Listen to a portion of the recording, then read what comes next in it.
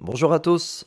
Aujourd'hui, je voudrais faire une petite mise au point par rapport à un des derniers sujets que j'ai traité sur l'étymologie des mots du bistrot et notamment sur le mot bistrot lui-même.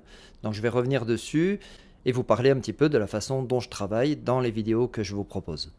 Donc dans cette vidéo, j'expliquais que le mot bistrot, contrairement à ce qu'on croit, n'est pas un mot d'origine russe, mais un mot d'origine française.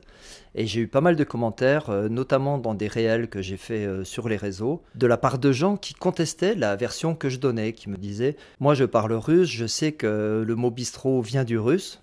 D'autres qui me disaient «Ce sont des Russes qui me l'ont dit quand j'étais à Saint-Pétersbourg ou à Moscou». Et d'autres qui m'accusent de faire de la propagande anti-russe dans le contexte actuel de guerre entre l'Ukraine et la Russie. Alors je ne vais pas trop m'étendre sur cette origine du mot bistrot. Voilà, il y a une russe, une linguiste russe là, qui a fait une vidéo sur le sujet. Je vous mets quelques extraits comme ça vous voyez sa position. J'ai entendu des centaines de fois des personnes qui essayaient de m'assurer que le mot bistrot venait en français du russe. Pressaient les cafetiers qui les servaient en leur criant en russe «Быстро, быстро». Et je déteste l'étymologie populaire. Donc voilà, elle comme moi, on est d'accord pour dire qu'il n'y a pas d'attestation écrite du mot bistrot, que ça colle pas trop avec les dates, que voilà, le fait qu'il arrive 80 ans après la présence des Cosaques à Paris met un petit peu de doute sur le mot, mais bon, c'est pas très grave. Voilà, c'est ce qu'on appelle des étymologies populaires, des étymologies folkloriques aussi, on parle de folk etymology en anglais. Et c'est un mot que j'aime pas trop parce qu'on l'oppose à la science, mais en tout cas, c'est ce que croient les gens, ce que croit la majorité des gens. On va dire par exemple, il y a un cas qui est connu avec le mot césarienne. On dit souvent que le mot césarienne vient de César lui-même, sa mère aurait accouché par césarienne. C'est Pline l'Ancien qui parle de ça. Mais les linguistes et les historiens sont très réticents par rapport à cette version. Mais bon, c'est une version qui est tellement répandue qu'on est obligé de la prendre en compte. Donc pour moi, les étymologies populaires, elles sont presque aussi importantes que les étymologies scientifiques, linguistiques, parce qu'elles disent quelque chose du locuteur, elles disent quelque chose de la représentation qu'on se fait du monde qui nous entoure, de l'origine de nos mots. Donc voilà, on peut lui donner du poids, même si ce n'est pas un poids scientifique. Alors qu'est-ce que c'est que l'étymologie? C'est une science qui est liée à la linguistique, qui est liée à la sémantique, qui est liée à la lexicographie. Donc il y a des règles pour établir l'origine d'un mot. La règle veut qu'on s'appuie sur une source écrite pour pouvoir attester de la présence d'un mot. On peut dire à partir de telle date, dans tel écrit, on a la présence de ce mot qu'on peut parfois rattacher à une origine étrangère. Le français, on le rattache la plupart du temps à un mot latin. Donc là, la descendance se fait assez facilement. Souvent aussi à des mots d'origine germanique. Et puis parfois des langues plus exotiques, comme des langues indiennes, comme des langues sémitiques, desquelles je parle souvent dans mes vidéos. Alors un des problèmes de cette méthodologie linguistique, c'est qu'on gomme un petit peu toutes les langues orales et on va essayer de se raccrocher aux mots d'une langue écrite le plus proche. Voilà, typiquement, ça va être le cas de l'arabe ou du sanskrit. On va essayer de se rattacher à un mot de l'arabe classique ou de l'arabe moderne, qu'on appelle le fosra. Et ça a l'inconvénient de gommer toutes les variétés dialectales de l'arabe, qui sont souvent le parent du mot qu'on va utiliser. Et même parfois, on va tordre un petit peu les choses pour essayer de faire entrer ce mot dans une origine arabe, parfois aussi pour éviter une origine qui peut être tout simplement berbère. On va avoir la même chose avec le sanskrit. Le sanskrit, c'était une langue sacrée, une langue scientifique, une langue de culture. D'ailleurs, ça veut dire ça. Sanskrit, ça veut dire la culture. Mais les gens parlaient plutôt des prakrits, des langues vulgaires. Vulgaire, ça n'a rien de péjoratif, hein, mais c'est les langues que parlaient les gens, la langue orale. Et souvent, les mots qu'on peut avoir qui sont d'origine indienne ne viennent pas forcément directement du sanskrit, mais vont pouvoir venir d'une langue parlée qui va donner toutes les variétés de langues indo-européennes qu'on a aujourd'hui en Inde, que ce soit le hindi, le punjabi, ou au Pakistan, l'ourdou ou le sindhi et toutes ces langues-là. Donc voilà, ce travers de l'obsession de la trace écrite fait qu'on a un effacement de certains apports de langue parlée. Et c'est un peu dommage, mais on n'a pas vraiment d'autre façon de faire. Donc pour en revenir au mot bistrot, il suffirait qu'un jour on trouve un écrit qui nous dit, voilà, un écrit des années 1830 qui va parler du bistrot et qui va raconter l'histoire de ces Cosaques qui venaient au bistrot et qui voulaient être servis rapidement. Mais pour l'instant, on n'a rien trouvé. Il y a beaucoup de chances qu'on ne le trouve pas, puisque au début du XXe siècle, dans les années 1920 ou 1930, le mot bistrot ne désignait pas le lieu, ne disait pas l'endroit, mais plutôt le cafetier. Alors ça concerne la linguistique, mais on va avoir un petit peu la même chose avec l'histoire. Aujourd'hui, il y a beaucoup de gens qui contestent les gens qui sont détenteurs d'un savoir. On se méfie beaucoup de la parole d'autorité. On va parfois même la remettre en question systématiquement. Il suffit que ce soit un spécialiste qui dise quelque chose, que ce soit un médecin, un historien, un linguiste ou un scientifique d'une quelconque autre discipline. Et beaucoup de gens vont remettre systématiquement en cause sa parole en s'appuyant sur des gens qui font des vidéos, d'ailleurs comme je suis en train de le faire, sur YouTube, sur les réseaux, et qui vont donner une autre version de la chose. Et cette version va paraître un peu plus intéressante parce que dissonante, parce qu'elle ne va pas rentrer dans un cadre général duquel on a tendance à se méfier aujourd'hui.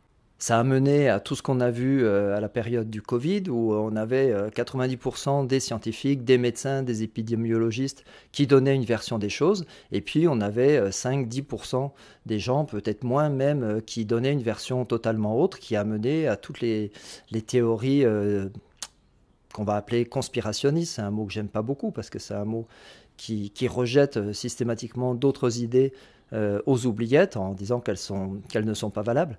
Mais en tout cas, toutes ces sciences qui, moi, m'intéressent, que ce soit l'histoire, l'anthropologie, la sociologie ou la linguistique, c'est des sciences qu'on appelle cumulatives. C'est-à-dire qu'il y a beaucoup de gens qui ont travaillé depuis longtemps. À chaque fois que quelqu'un va travailler sur un sujet, il va reprendre toute la littérature, tout ce qui a été produit, tout ce qui a été écrit sur le sujet, et puis il va faire sa propre recherche en ajoutant une couche, ou parfois en enlevant des choses qui sont aujourd'hui considérées comme des erreurs. Donc c'est ça la science cumulative, c'est travailler par accumulation de savoir. Et parfois, ces savoirs permettent, comme je disais, de corriger, de modérer des choses qu'on avait dites qui étaient fausses. C'est la grande force des scientifiques de pouvoir revenir sur une théorie qu'ils croyaient vraie, pour laquelle ils se sont battus, sur laquelle ils ont beaucoup écrit, ils ont beaucoup travaillé. Ça a été le cas, par exemple, du paléontologue Yves Coppens, qui avait élaboré une théorie sur l'évolution de l'être humain, qui s'est redressé dans la savane du rift africain parce que les herbes étaient montées et qu'il avait besoin de voir au-dessus. Bon, cette théorie s'est avérée fausse et il a eu le courage, l'intelligence de revenir en arrière, de dire « je me suis trompé, les nouvelles théories sont plus fiables et on repart sur une autre théorie ». Voilà, ça fonctionne comme ça la science. Et moi, dans les vidéos que je vous propose, je ne peux pas refaire moi-même toute la recherche en partant de zéro pour avoir l'impression de faire un travail de qualité, parce qu'il va m'être personnel. Je suis bien obligé de m'appuyer sur le travail de ceux qui ont passé des années. Une thèse, c'est entre 3 et 5 ans. La plupart des gens vont passer au moins ce temps-là sur un petit sujet et ils sont forcément les spécialistes de ce sujet-là. Donc on est obligé de s'appuyer sur leur travail pour pouvoir, nous, ou le vulgariser comme je le fais, ou retravailler avec ses spécificités. En anthropologie, on va refaire du terrain, on va réinterroger des gens, on va réanalyser toutes ces choses, et puis on va, par chance, par travail, parfois pouvoir ajouter des éléments nouveaux. Donc moi, dans les sujets que je vous propose depuis 2 ans, c'est beaucoup des sujets qui sont dans ma tête depuis des années, depuis une trentaine d'années que je réfléchis, que je pense à toutes ces choses-là, que j'ai épuisé tout le monde autour de moi à force d'en parler. Voilà, YouTube me permet de vider un petit peu tous ces sujets qui traînent en moi, mais je me rends compte que quand j'écris mon script, donc j'ai des idées que je pense vraies, mais je revérifie systématiquement ce que je pense avant de pouvoir le dire. C'est ce qu'on appelle croiser les sources. D'abord, je vais essayer de vérifier que mon idée était bonne. Ça marche souvent, mais des fois, ça marche pas. Et là, quand je me rends compte que ce que je pensais était faux, erroné ou pas totalement juste, il faut que moi, j'aie le courage de revenir en arrière, de me dire, bah voilà, ce truc, je le pensais depuis 25 ans, mais en fait, c'est faux, parce que aussi, depuis, il y a des gens qui ont travaillé et on s'est rendu compte que c'était plus complexe ou que c'était un peu différent que ce qu'on pensait. Mais des fois, il m'était resté en mémoire un élément qui m'intéressait parce qu'il correspondait à quelque chose dans mon imaginaire, dans mon fantasme. Et c'est typiquement le cas du mot bistrot. Moi aussi, je pensais, et j'en étais fermement convaincu, que ce mot bistrot avait une origine russe. Donc là, en travaillant sur le sujet du bistrot, j'essaie de revérifier cette information, et là, je me rends compte, tout s'écroule, parce que ce que je pense depuis des années, des dizaines d'années, est faux. Donc il faut qu'on accepte de revenir en arrière. Et c'est ce qu'ont du mal à faire certains de mes abonnés qui refusent cette idée de dire, de reconnaître qu'ils se trompent depuis des années et d'accepter peut-être une autre version de cette étymologie. Il y a un autre exemple pour la Thaïlande qui est la création du pad thai. Ce plat de nouilles sautées, on dit tout le temps et on le lit partout que c'est le dictateur Pibun Songkhan qui aurait fait un espèce de concours entre les cuisiniers pour élire un plat national et que c'est comme ça que le pad thai serait arrivé. C'est quelque chose auquel je croyais parce que je m'y étais jamais vraiment intéressé. Mais en cherchant un tout petit peu, rapidement on se rend compte que c'est faux, qu'on a des recettes de pad thai qui datent bien avant la période de Pibun Songkhan. Donc voilà, on a tous en tête des idées qui sont fausses et encore une fois, il faut accepter de revenir dessus. Donc si ça en intéresse parmi vous, là, je vais parler un petit peu de comment je travaille quand je vous propose des vidéos.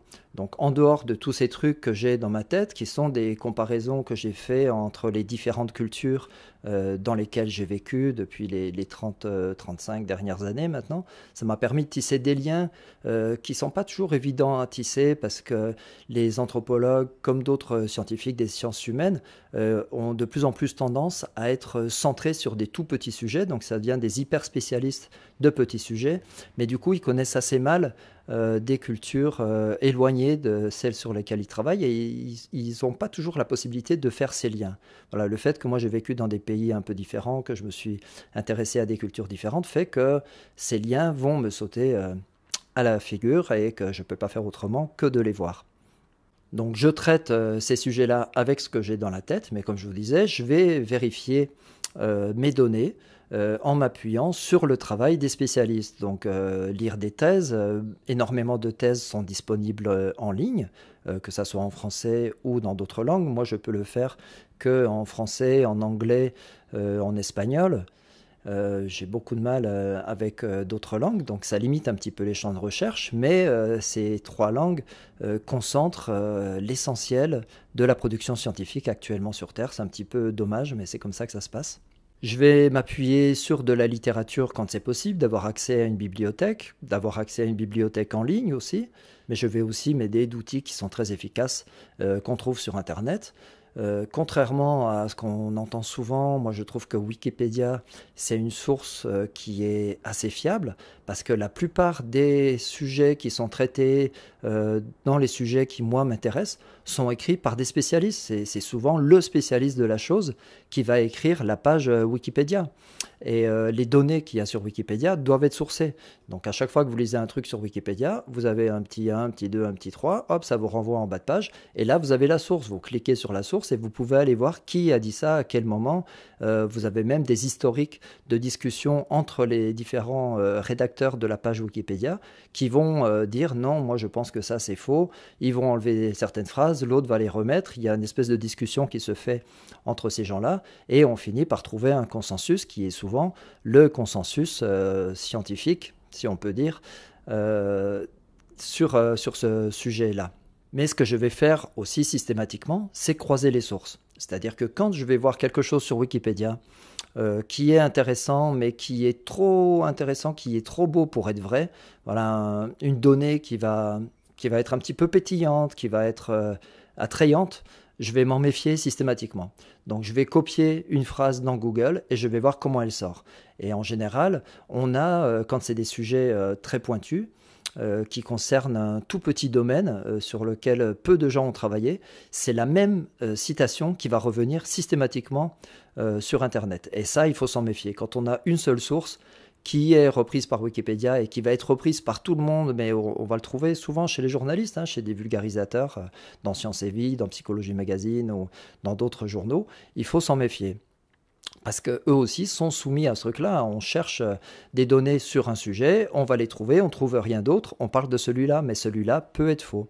Donc en croisant les sources, ça permet de retomber sur des spécialistes qui vont retravailler la chose. Bon, il faut chercher, hein, il faut vraiment fouiller, mais on va trouver la personne qui va amener une opinion contradictoire sur la chose. Et après, moi j'en fais une synthèse qui est juste ou pas, hein. Donc encore une fois, c'est difficile de parler de vérité. On a un petit peu abandonné l'idée d'objectivité.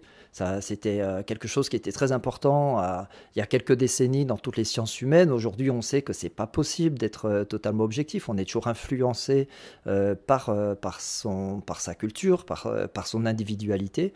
Et on va parfois sélectionner plus cette information-là que celle-là parce qu'elle nous arrange dans notre discours, dans notre façon de dérouler une présentation.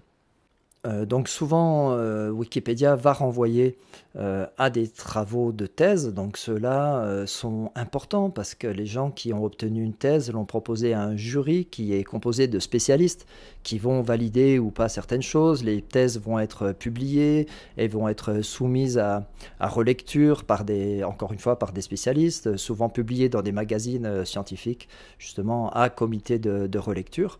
Donc là, on peut commencer à avoir du poids de gens qui savent de quoi ils parlent et qui vont valider ou pas certaines informations. Pour les étymologies, je mets beaucoup de l'outil en ligne qui s'appelle Wiktionary.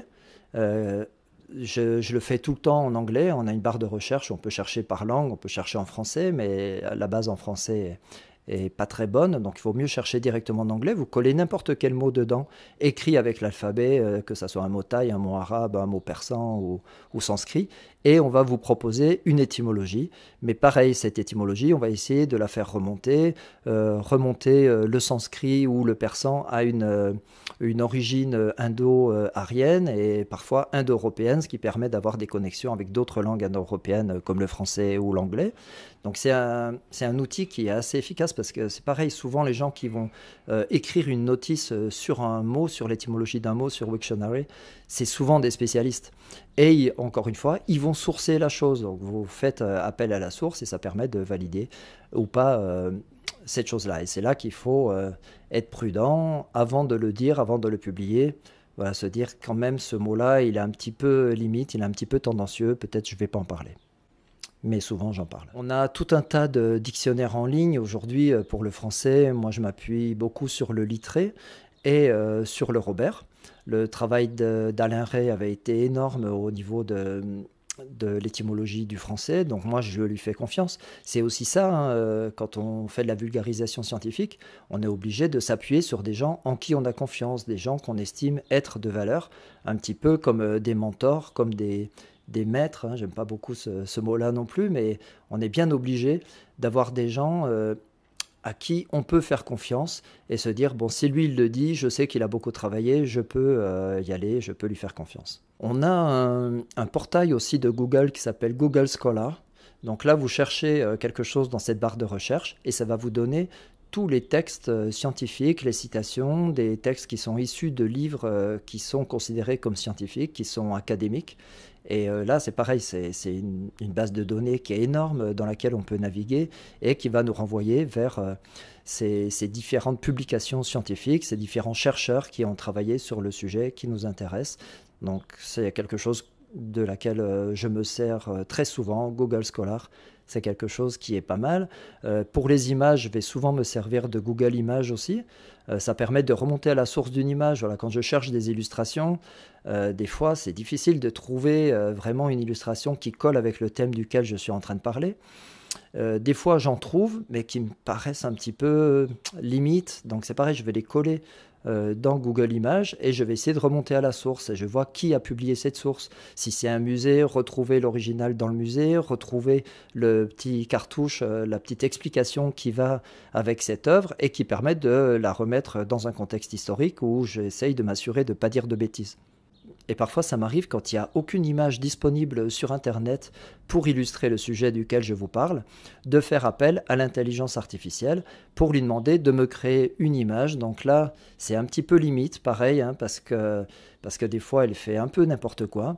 Mais des fois, ça marche. Voilà, quand on a un bon prompt, là, quand on arrive vraiment à décrire l'image qu'on voudrait avoir, une image qu'on sait qu'elle n'existe pas, elle arrive à nous la produire, mais systématiquement, je vous mettrai quelque part image créée par l'intelligence artificielle. Et je pense que c'est très important qu'on prenne tous cette habitude, quand on crée une image artificiellement, de préciser que c'est une fausse image, que c'est une vue de l'esprit d'une machine qui parfois est jolie et bien faite et même crédible.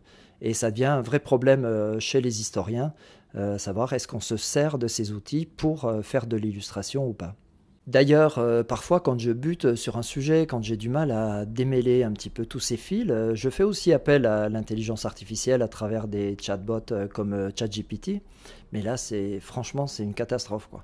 Moi, dans les sujets qui m'intéressent, 95% du temps, il va me sortir une connerie. Et voilà, si là je tape dans ChatGPT quelle est l'origine du mot bistrot, systématiquement il va me remettre cette fausse étymologie, cette étymologie populaire d'une origine russe de ce mot-là. Donc moi je lui fais plus jamais confiance dans les sujets qui m'intéressent. Parfois ça me permet d'avoir des sources. C'est rarement sourcé d'ailleurs hein, sur ChatGPT, mais parfois il va me renvoyer vers autre chose qui va me prouver que ce qu'il vient de me dire c'est pas vrai. Mais ça me permet de pouvoir rebondir et de pouvoir retrouver des éléments qui vont me permettre de continuer mon sujet.